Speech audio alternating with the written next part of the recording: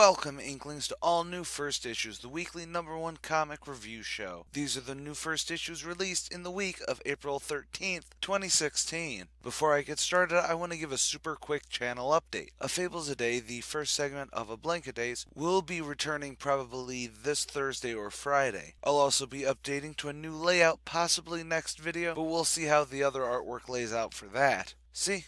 That was quick, right? And don't forget to stay after the ad break for Flashback Firsty, Manga Firsty, and Webcomic FIRSTISH. Now, let's get down to business. As always, we start off with Marvel's Moon Knight #1, written by Jeff Lemire, art by Greg Smallwood, and colors by Jordie Bellaire.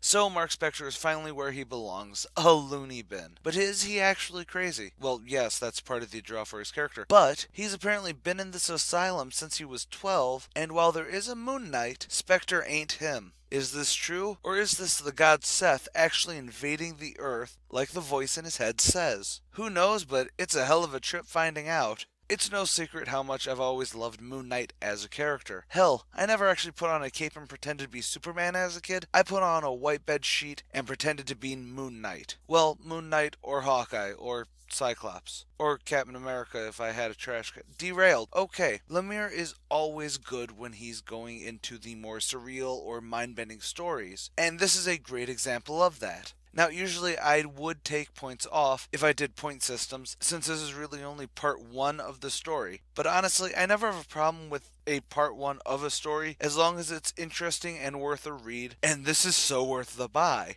Lemire plays around with a character that has always had mental issues with great effect, and the art, nothing short of stunning. While I think the Smallwood's direct artwork's fantastic, Jordie Bellaire's color is what makes it all pop. The rough, almost faded look pushes the realism and the surrealism to top tier, and it's just so awesome. Go out and get it now. But then we reach Marvel's The Unbelievable Gwenpool #1, written by Christopher Hastings, art by Gurihiru, prologue art by Danilo Beyruth, and colors by Tamara Bonvillain. Short end of this is that we follow Gwenpool as she shows that she's a merc, until MODOK stops by and makes her his henchman. See, short and sweet. Why short? Because for the most part, this is just an excuse for gags in classic Deadpool writing. You know, classic as in the overtly obnoxious that breaks any grasp of care that you could have for the character. Yeah, I was not a fan of Deadpool while he was written solely for these sorts of jokes, where you couldn't feel for the character, which really hurt the ending to this book, because suddenly it tries to make us feel for a character who's literally just been handed everything in the rest of the issue. Now, hold on, I think if you've read the early 2000s era of Deadpool before they actually started giving him massive character as well as being a mouthpiece, you understand what I mean. But even more than that, who asked for this? Because guess what? Most of the people that I've talked to barely could stand her while she was bombing around with Howard the Duck. Anyways, the art on both of the prologue and the main book are good and great. If you like random humor every panel, that's what you'll get. I personally say it's skippable if you already have a fun comedic book on your pull list. But it is readable if you've been a fan of Deadpool during his annoying Millennium run. And like last week, time to see if Disney's Marvel Star Wars will split the difference. Marvel's Star Wars Special C-3PO #1, written by James Robinson with art by Tony Harris. The epic special on why C-3PO had a red arm in The Force Awakens. And yes, it's sort of emotional. Well, as emotional as you can get with robots as leads. I won't spoil what happens, but let's say if this story didn't star robots that looked like robots, it would have been a horror story kind of feeling. James Robinson can do great character pieces, and this is oddly one of them. While I will admit that I'm not a fan of the art style, it's not bad, it's just not my taste. It's still good, and everything in this works so well. Yes, I know this one's short, but still go out and buy it. Oh, also, the real-world reason why C-3PO has that arm is because of Metal Gear Solid 5 and fanboy homages. In script, I put a tonguey face there, but not like you guys could see that. And since I try covering all the #1s brought up, we also have Marvel's Captain America 75th Anniversary Magazine #1, a celebration of 75 years of Captain America. Or at least that's what it says on the tin. They have a ton of history of Cap, interviews and editorials with Cap creators and writers, but of course it's all about that Civil War hype. So the last 20 or so pages are basically going, MCU, woo, Civil War, also woo. Honestly, this is sort of like the Marvel Handbook from a couple weeks ago. If you want to get it to see some stuff that's fairly decent and celebrates Cap, then it is not a bad buy. But I understand why people would ignore it, since it's predominantly wikiable or editorial stuff that can be found most anywhere online. But you should still celebrate Cap your way. Celebrate that Captain America is 75 as of, last month. Granted, he does have a bit of a hiatus in there, so, we can work around that. Enough dawdling, time for the next comic. Boombox's Goldie Vance #1, written by Hope Larson, illustrated by Brittany Williams, and colors by Sarah Stern. Goldie Vance lives in a hotel and knows all the ins and outs. No, this is not like the sweet life of Zack and Cody, but more like the 21st century Eloise. But that's not fair because Goldie's old enough to be able to actually hold together everything. But of course, being that nosy and in everyone's business, it's great that there's a detective for her to help, whether he likes it or not. Now, when I compared it to Eloise, that's not fair to this book because Goldie Vance is a bit older than Eloise. I'd say maybe 16-ish. She's also a lot more 21st century. She's loud, independent teen who knows when to actually shift a car for maximum efficiency during a street race. Yes, that is a plot point towards the end of this book. It's kind of awesome. The biggest praise that I can say about this is, besides the phenomenal writing on all the characters, none ever actually getting the short end of the stick, even her father, who shows up for like 2 panels on 1 page, doesn't come off as just a one-note son of a gun. Or the stellar combo of art and colors that makes this pop exponentially. Maybe it's because of the art that I could really see this as an awesome cartoon series. That's the biggest praise I can say, is that while reading this, I could see it flow and I could see the characters live and it works so well. There's a lot in here that could work even in live action, but it'd lose the additional life of the art and colors and everything like this. So this is one of those books that there's no real reason not to only buy and follow, but to push on your friends. So my verdict here would probably be buy and then bug your friends to buy it too. That may be the first time that's actually come up as an option. Seriously though, give it a read, everyone needs to. Moving right along. Images, Black Road #1. Written by Brian Wood, art by Gary Brown, and colors by Dave McCraig. What's honestly hotter right now than Vikings and the conversion era? Well, it doesn't matter because that's what we have here. A pagan Viking is hired to protect a cardinal up the Black Road, but that goes all to hell. However, the daughter of his now dead ward heals him, and they embark down the Black Road together. That's the bare bones, but what really makes this an interesting read is that Magnus is of the old ways, but he isn't directly against Christianity or anything, just more wary of it, especially since anything can land you in jail during conversion. But that's what's interesting about this. However, I will say that the biggest drawback to the writing is that the dialogue feels way too modern in some points, and the insistence on making the world harsher, I use air quotes, by adding so much modern swearing into it. I know a lot of people don't mind the jarringness of it, but it's the same thing I felt when watching Black Sails and other period shows that think adding the modern swearing every other line makes it edgier. But that is only a small niggle in an otherwise good book. I do say good and not great. Definitely worth a read, I think. Next up we have Dynamite's Xena, Warrior Princess #1. Written by Genevieve Valentine and art by Ariel Metal with colors by Nanjan Jabari. For those in the know, this takes place after the Twilight of the Gods. Those not in the know, this takes place between the 5th and 6th series of the show, after the Olympian gods have basically been killed or exiled.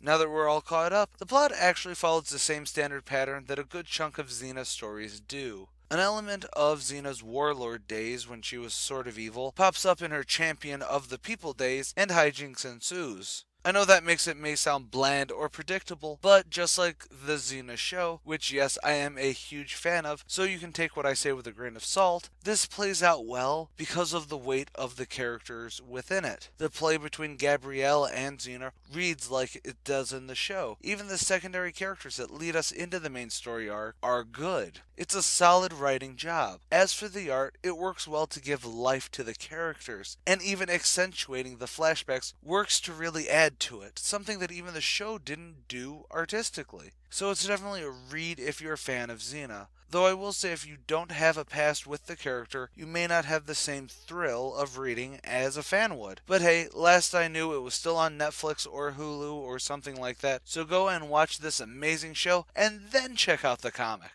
There should be a clever segue between Xena's setting and Titan Comics, but I'm being really lazy today, so let's just flip the page over to Titan Comics, Doctor Who, The Ninth Doctor #1, written by Kevin Scott, art by Adriana Milo, and colors by Matthias Lopez. The Ninth Doctor with his companions, Rose Tyler and Jack Harkness, get a mysterious message from Jack. Only this Jack is from when he was a time agent. To make matters even weirder, when they arrive on the planet it came from, there's a fangirl for the Doctor. Apparently he's an interplanetary sensation, star of stage and screen, with even an autobiography out. But something's very, very wrong in this world, as the Doctor and Jack are hauled off to jail, and Rose, stealing a playbook from both DC Comics and Sarah Jane Smith, pretends to be a reporter to track down some of the mystery, before discovering who the imposter Doctor on this planet really is.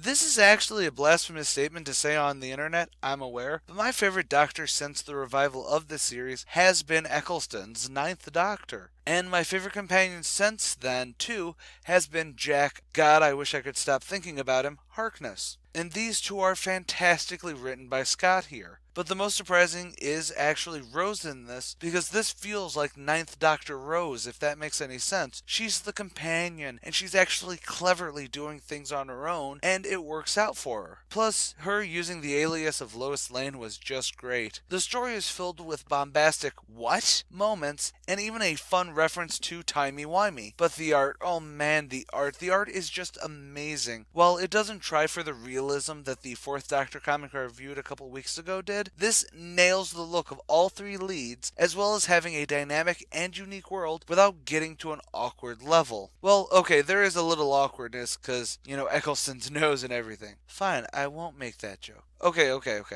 I have to do one negative, and it's not really a negative. Jack Harkness sometimes looks more like he's being played by Chris Pine rather than the steamy, dreamy John Barrowman. So if you can't tell, this is the Doctor Who comic that I've been wanting for in quality and in execution. It's beyond worth checking out. Go and get this digital right now so you can read it before you go and get your hard copy.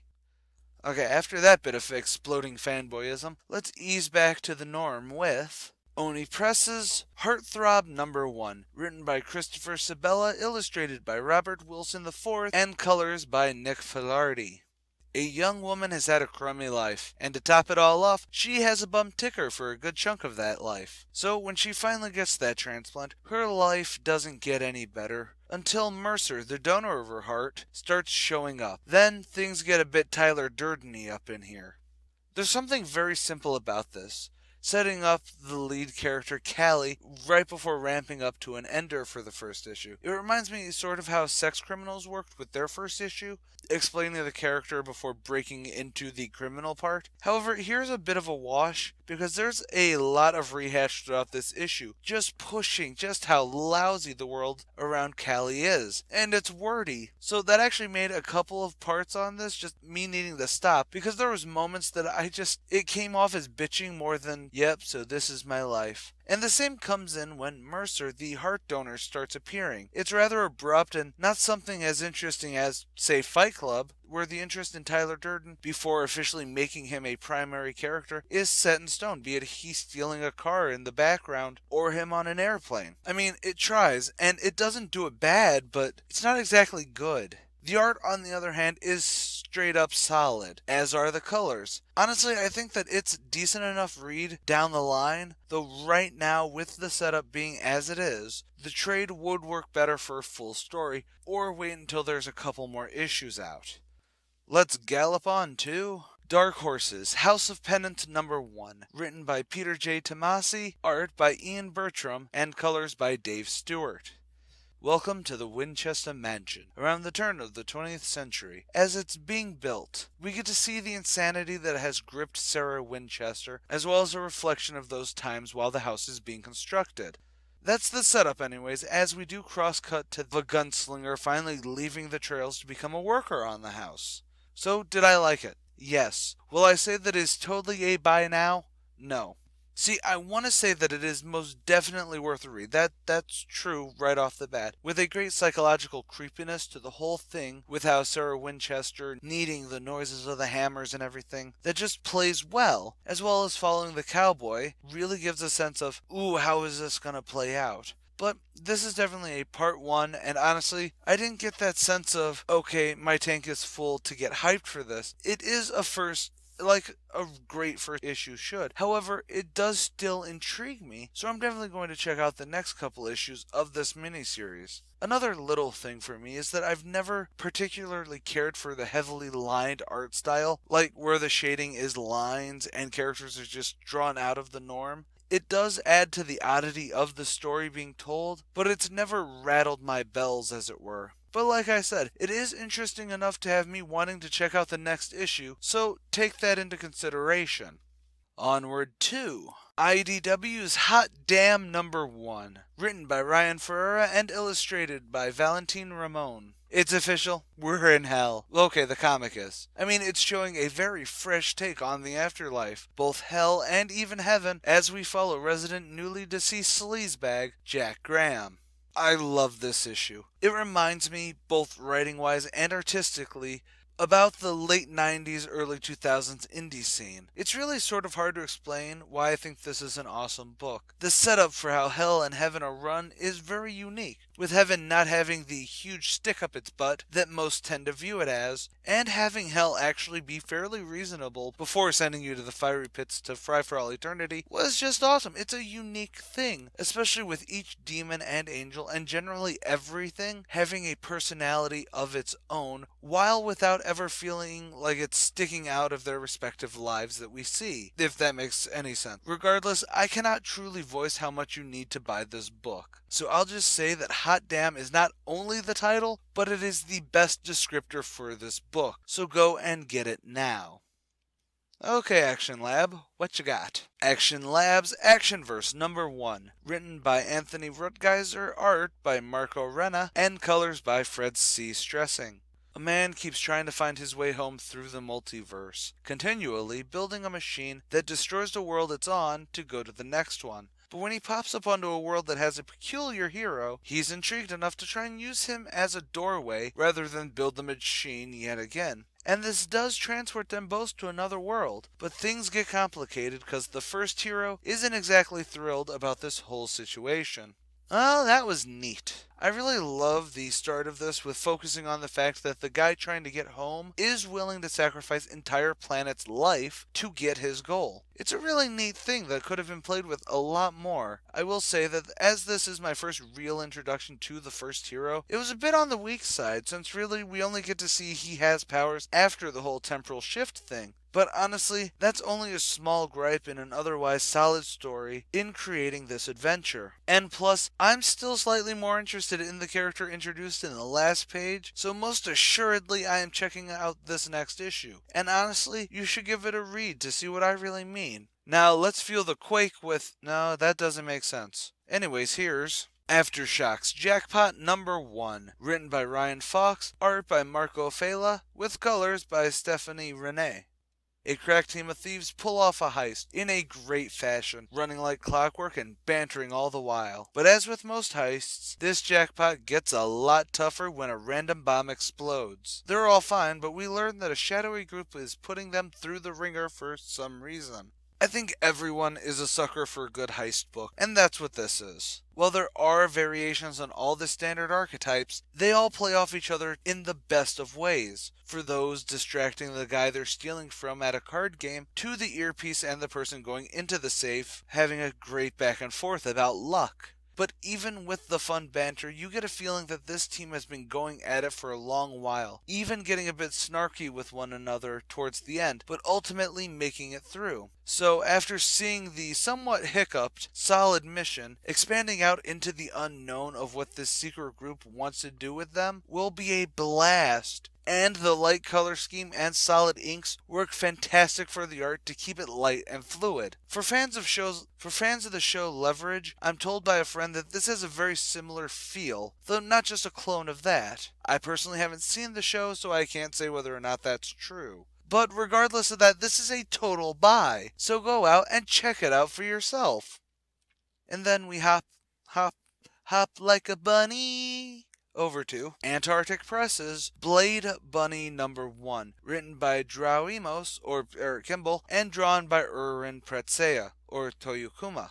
Before I go into this is actually a print of a webcomic, so I'm sorry if I got any of the creative teams wrong. Anyways, the story is the playful bunny is hired to kill a rival lord, and she does so, though not in the most conventional sense. But she is going to have a hell of a time trying to get out. Earlier, I reviewed Gwenpool and gave it a lackluster verdict because it threw everything against the wall in hopes something stuck, sort of comedy, that really did hinder it. And this is also a comedy through and through with a bouncy hyper-mercenary girl. Unlike Gwenpool, this worked for me. The humor comes from not only who Bunny is, who is a bubbly airhead who knows what she's doing way too well, but the fact that the world around her really notices and doesn't know what to do half the time. Yet I think partially this could be that it's not going too far with its humor. There's no inner monologue competing with the comedy of a scene, so the reactions are fairly accurate without,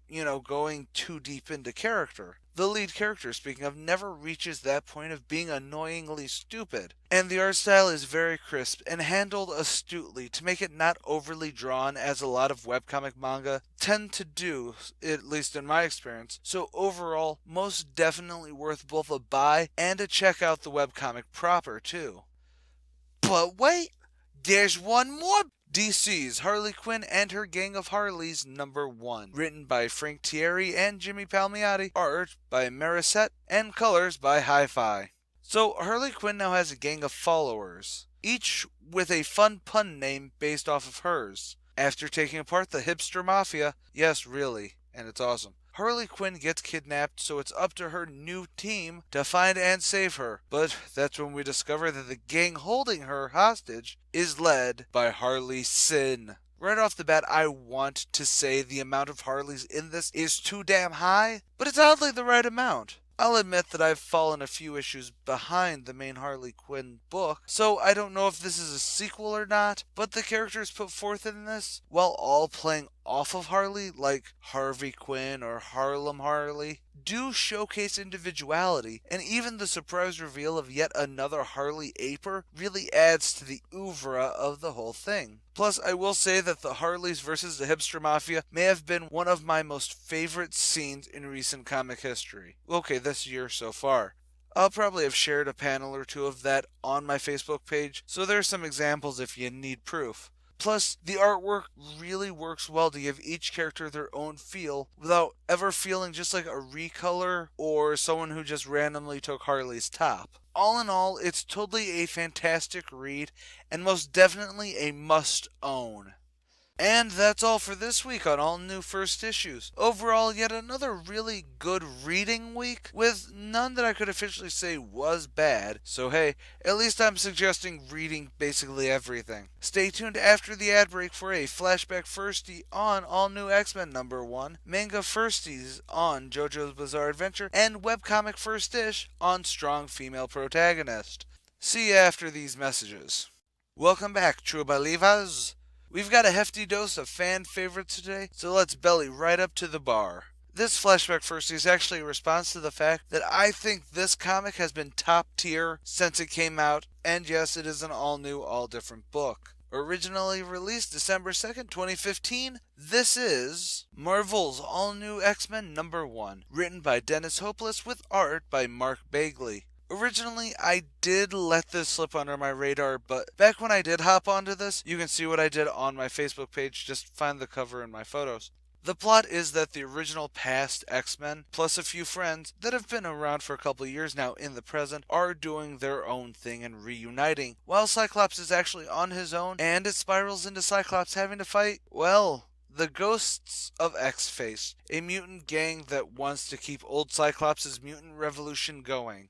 And really, that is the shining beacon of the first 3 or 4 issues of this series. Cyclops isn't stewing, he isn't backpedaling, he's finally moving on to become a great man as his future past self was. Though hopefully never going with that damn X-Mask design again. And here's where a lot of the contention is with fans of Cyclops. I actually learned to read off of these books, X-Men, X-Factor, and Cyclops is the best mutant to me. And he's been a role model of mine for so long that seeing him go deeper down into insanity was hard, but in the good way that a character growing naturally worked. But then AVX happened, and damn did it suck. And even the fallout after was pretty mediocre, all things considered. And then that all new X-Men happened, which wasn't bad, but it wasn't until the Cyclops solo series that I actually saw potential in the OG Psych from the past really as god tier as the Scott Summers. But here it is. And Hopeless does the character justice far more in 4 issues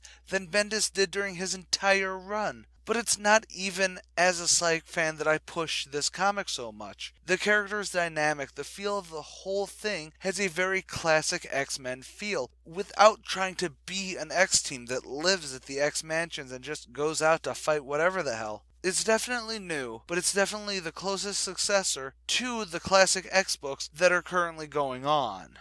Now it's time to go to Manga FIRSTY, where I'm doing another internet beloved book. Suggested by Adam Uranuk, originally released in Weekly Shonen Jump on December 2nd, 1986, this is JoJo's Bizarre Adventure by Hirohiko Araki. Of course, we are only looking at Chapter 1 of the first volume, Phantom Blood. For the most part, Chapter 1 is just relating the events of why Dio Brando is adopted into the Joestar family, with his father sparing no detail on his deathbed about why George Joestar owes him. But Dio is already plotting to become heir to the Joestar line and break Jonathan Joestar. That'd be the titular JoJo, so he can't be. Hell, literally upon meeting JoJo, Dio smashes a knee into the dog's head, knocking him out. That basically sums up the whole of this volume. Dio destroying JoJo's life, all the while putting on a show for JoJo's dad to show that he's the better person and should inherit it all. However, things do take a turn for the macabre when an ancient evil Aztec mask is brought into play, where Dio becomes a vampire using it, and JoJo becomes a master martial artist, and teams up with a couple other people, including Robert E.O. Speedwagon, to take him down.